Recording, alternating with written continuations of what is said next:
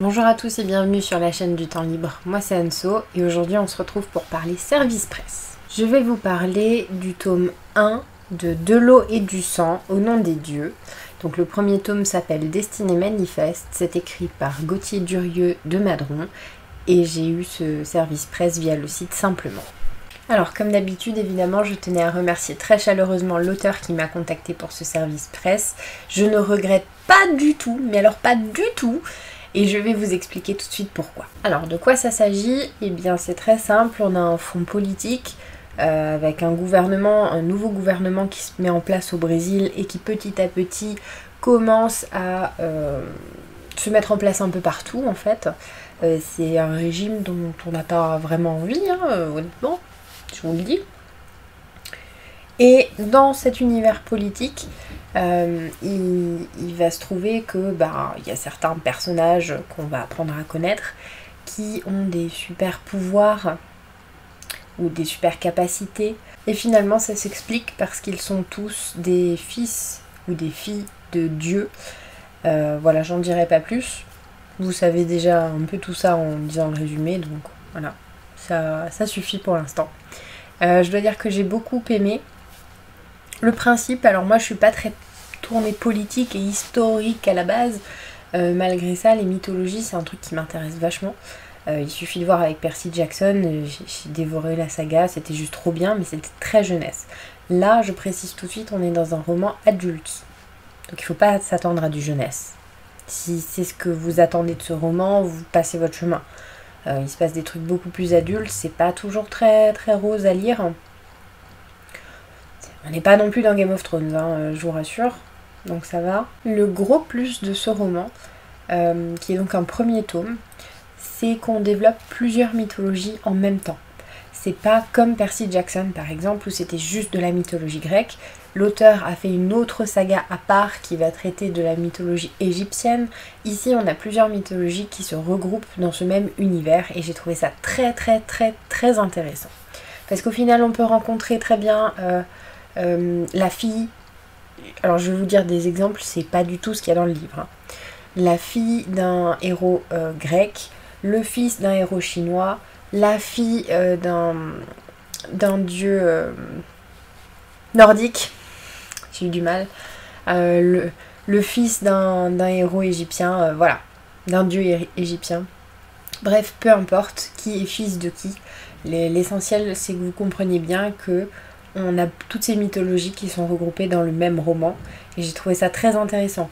Alors oui, forcément on n'évoque pas vraiment les contes sur les dieux, enfin les contes, les mythes de ces dieux-là, mais c'est pas ça qui nous importe en l'occurrence, c'est de comprendre pourquoi un tel est fils de un tel et ce qu'il a comme pouvoir, voilà.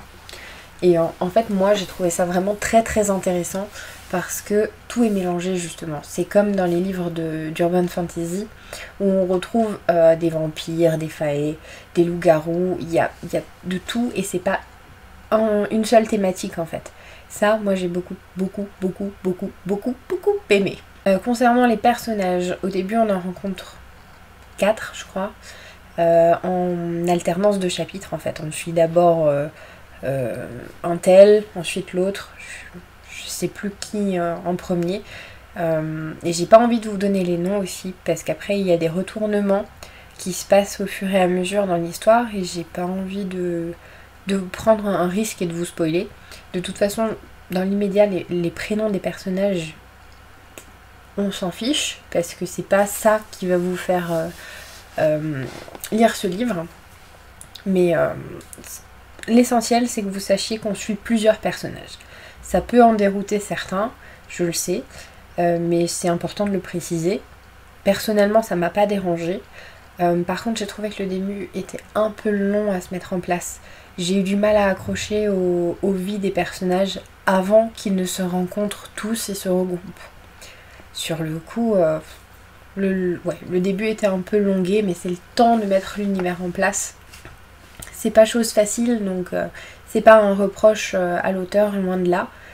Simplement, moi je sais que j'ai eu du mal, et finalement c'est après une centaine de pages, en tout cas sur la liseuse ça m'affichait une centaine de pages, qu'ils se retrouvent et que là les choses commencent à vraiment devenir intéressantes parce que on comprend qu'ils ont tous ce don, on cherche nous en tant que lecteurs à savoir qui est fils de qui.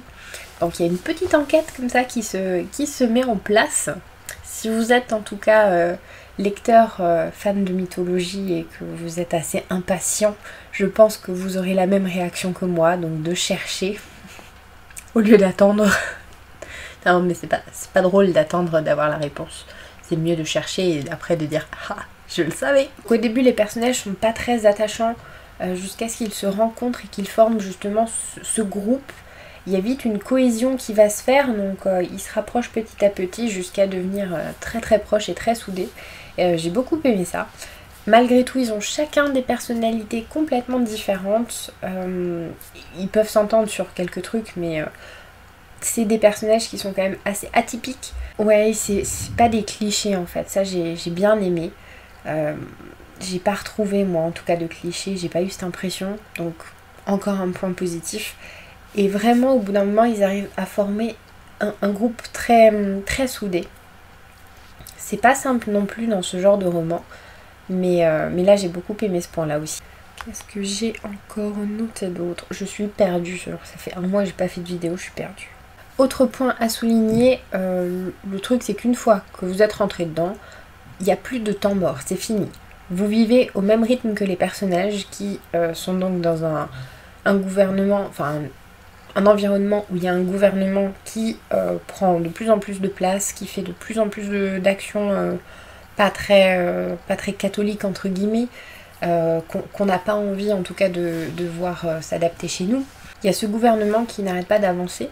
Et en même temps, ils ont toujours une autre mission à faire. C'est-à-dire qu'au début, pour arriver à ce point B, il fallait aller par le point A. Ensuite, une fois qu'ils sont au point B, ah bah, il faut atteindre le point C. En fait, tout se découpe vraiment par étapes. On les voit réussir avec ou sans difficulté. En général, il y a quand même pas mal de péripéties, de rebondissements. Ils n'y arrivent pas en un claquement de doigts. Donc, c'est très, très réaliste. Moi, j'ai beaucoup aimé en tout cas. Et le point positif, il y a des choses qu'on ne voit pas forcément venir. Il y a par exemple un personnage, il va lui arriver quelque chose, je vous dis pas quoi, ben je m'en serais pas douté en fait. Et sur le coup, j'étais sur le cul. C'est rare en fait qu'on arrive à me surprendre dans ce genre de roman.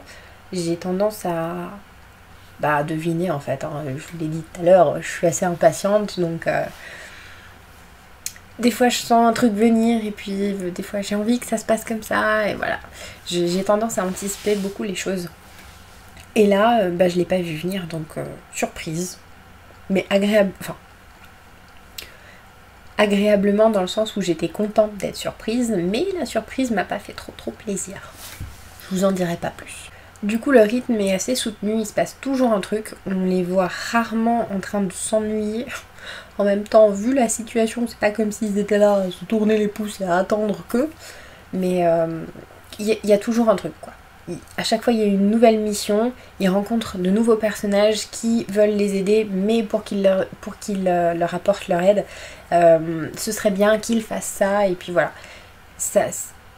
Une fois que ça s'est mis en route, ça s'essouffle plus. Donc ça c'est appréciable. Malgré le début un peu long, c'est le temps de mettre en place l'univers, de rencontrer des personnages. Mais ce début, perso, il n'a pas fonctionné avec moi parce que c'est pas à ce moment-là que je me suis attachée à eux.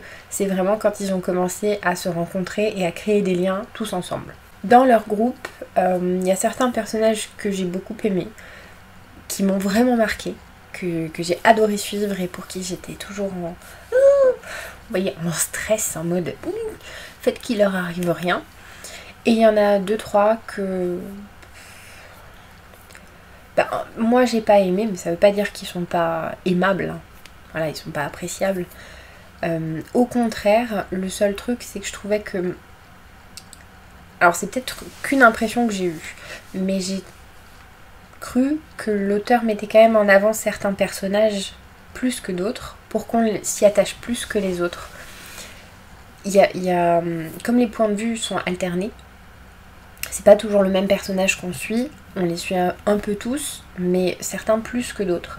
Et je pense qu'il y en a certains qui ont été, pour l'instant en tout cas, un peu, pas mis de côté, mais plutôt délaissés. Peut-être pas volontairement, mais on les voit moins apparaître. Ils servent un peu moins l'histoire dans l'immédiat, malgré tout, ils forment ce tout, hein, je tiens à le dire. Mais du coup, moi j'ai eu plus de mal à m'attacher à eux. Et finalement,